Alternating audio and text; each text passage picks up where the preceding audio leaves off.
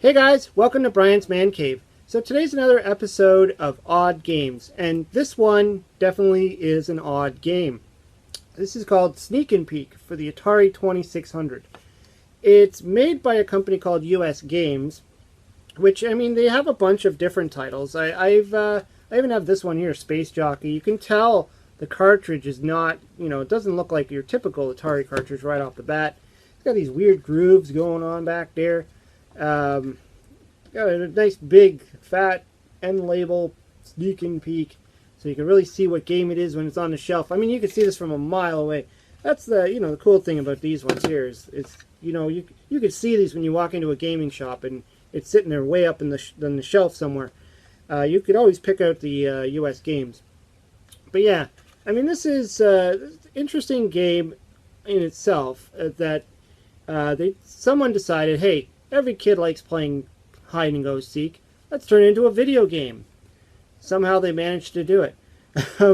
This is more geared, obviously, towards children, little kids, not really adults. I can't picture adults actually wanting to play this, but I could see my little self getting a kick out of this game when I was a little kid, if I would have had it, anyways.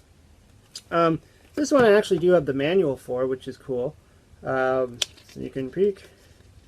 It's actually a pull, like a pamphlet. Pulls out like a pamphlet. But it's a nice color manual. It's got all of the rooms that you can go into. It shows you all the different locations you can hide your little character in. So the object of this game really is, well, like I said, it's hide and go seek. One player hides, the other player finds. You can also play a one-player game, which was something I didn't realize at first when I first got this, because when you plug it in, it defaults to the two-player game. So I probably, when I first got it, plugged it in and realized it was a two-player game, and I didn't spend a lot of time on it. But then when I was looking at the manual and stuff, and then I realized, oh, you can actually play one player. So I'm going to go ahead and do both. I'm going to play one player and then show you what it looks like with the two-player, because that way we get the full-on experience. Anyways, let's play some hide and go seek. No, let's play some Sneak and Peek on the Atari 2600. Okay. We got Sneak and Peek on the Atari 2600. I mean, this is a pretty neat title screen.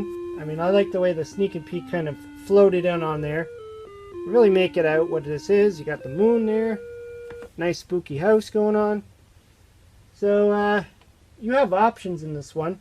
Got my notes here on the floor. I kind of made some notes about what I was going to say. The living room is the first room you start in. Kind of, I think a lot of people when they played hide and seek would usually start in the living room of the house. And then you got the two bedrooms, pink and blue. Obviously supposed to be boy and girl. At least that's what I guess they're trying to make it seem like. And the yard. So, yeah, let's start. So we got a couple options. First we got a one player. So selecting the one gives you a one player game. Where the computer will hide, and then you got to find them. And then you got the two-player game, two, which gives you a two-player fixed game, which means the hiding locations are fixed, so you can actually use the manual to help you find all those fixed locations. And then you got a two-player variable where the locations can change, and then you got a one where the computer hides, where the two-player. So I'm just going to do like a one player because I'm by myself. Playing hide and seek by myself. It's kind of sad. Alright. Count, sneak. He's going to go and hide. That's me. I mean, it's a full-on stick-looking character. And so, I mean, the object is to just look for that guy who just ran away. And there's different areas you can go to. It tells you, again, in the manual where you can stand, to actually look. That's all you're really doing. I mean, you're just looking for the guy. He's hiding somewhere. You got a door over here, so I can leave the living room. And one thing I didn't realize was that it's the same door to get into all the different rooms. So I was looking around to figure out where the doors were. I'm like, why can't I go through another door? You'd think logically you came through this door, so you're going to have to go through and, maybe there's a hallway you're just not seeing. An invisible hallway or something. It's just not showing it. So we will look around. You just kind of go to the different areas. It tells you in the manual. And you got a timer. So kind of got to find this guy before all the time runs out. Look under the bed there. Like this is the closet. You kind of look in the closet, but you can't actually go in the closet. You just kind of look in there. You sneak inside. I guess that's obviously a bed, and looking under the bed, nothing's happening. So let's get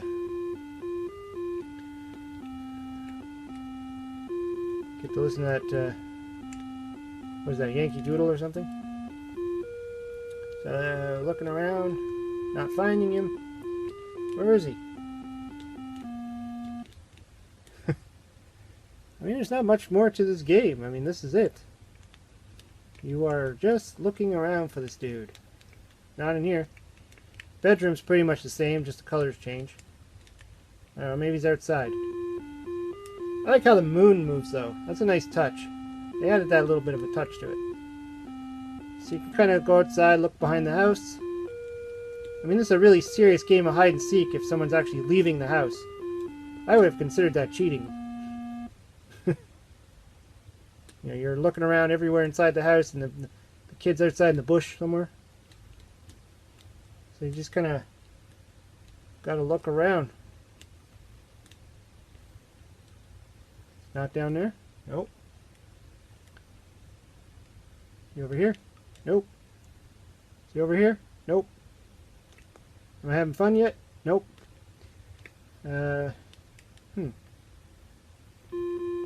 Back to the living room. It just kind of cycles around like that. So you start off living room, move to the next room. I don't see him anywhere.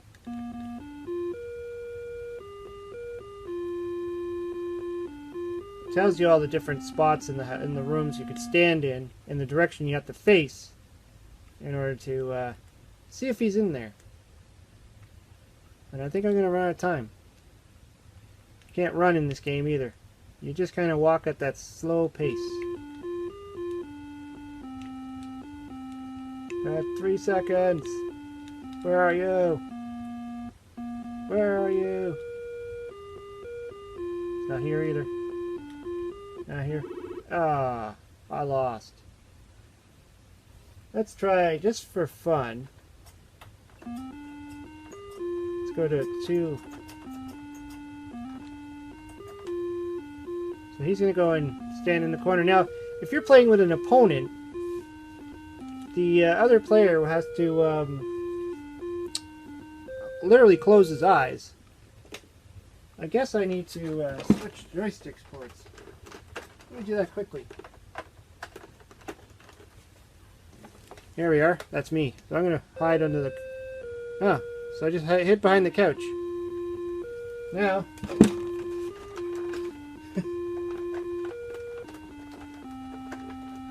being that I'm this player now, I would come back from my covering of my eyes and be like, where is he? So I know I'm here. I'm just going to pretend I don't know where I am. I hide. Let's see what happens when I go back. No, he's not outside. So I'm going to go there and see if I find him. Ta-da!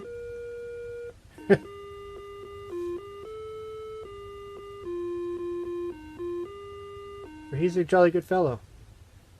Then it changes to the other player. So now I'm the other player who gets to go and hide. Let's see, I'm going to find a spot to hide. You're also on a timer when you have to hide. Let's see if I can hide in the bed. How do I hide in the bed? Oh, I think I have to go down here to hide in the bed. No? Not letting me go in the bed.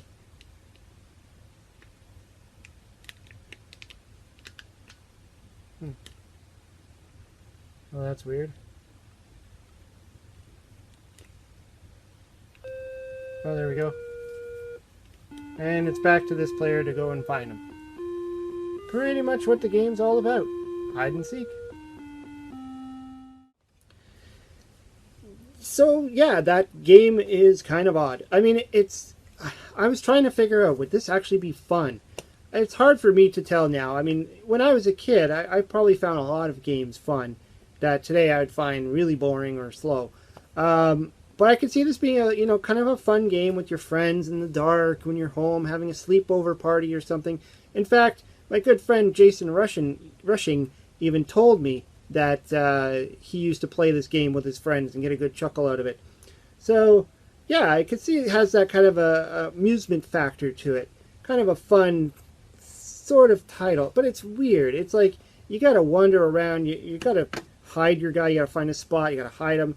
And then for the rest of the game, you're just kind of walking around looking in places. There's not much else going on. There's no scores. There's no extra bonuses. There's no nothing. You're just wandering around looking and looking and looking. There's no visual cues. There's nothing. But that's hide and seek. I mean, that's how you would play it. Now, oftentimes, though, you'd play with more than one friend, too. And I remember having lots of friends over, and, there'd be one person trying to find everybody. Everybody just scatter. Even outside, we would do it on the street. We'd have these big street hide and seeks, where even my brother and his friends would join in, and we would just be like all over the street, into the bushes, and just. I mean, today I can't imagine doing that because probably people would call the cops. The way things are nowadays, kids don't do what they used to do. We used to like trample over people's lawns and hide in their bushes and stuff. I can imagine today you'd probably get in trouble doing stuff like that.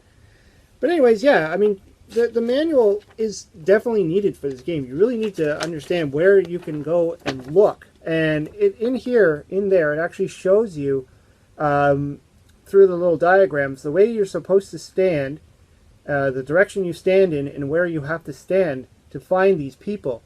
Otherwise, it doesn't work. So you really have to study that. So I found that actually helped.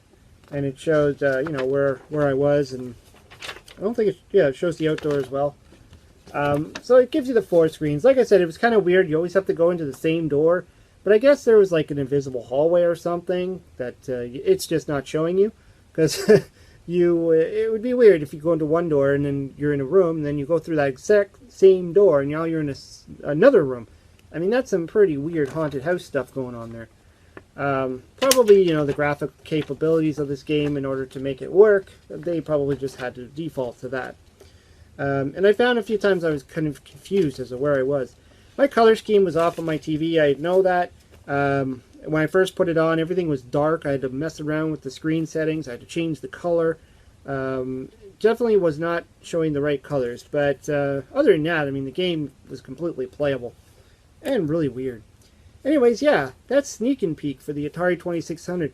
Kind of an odd game. And, that was what's cool about the Atari 2600. The programmers really experimented with what could be done, what kinds of games they could make. It wasn't just, let's make Pac-Man clones or space shooters. It was come up with all these different kinds of games and different ways of playing them. And, they had a lot of fun, I'm sure, coming up with concepts and different things. And I'm sure there's probably a lot of things that didn't even pass and never came out into the market. Anyways, let me know what you think of Sneak and Peek. Have you ever played this? Have you ever heard of it? Kind of an odd game, kind of an odd title. Even the cartridge looks kind of odd. Let me know what you think. Hope you liked the video. Hope you subscribe to my channel. Talk to you later.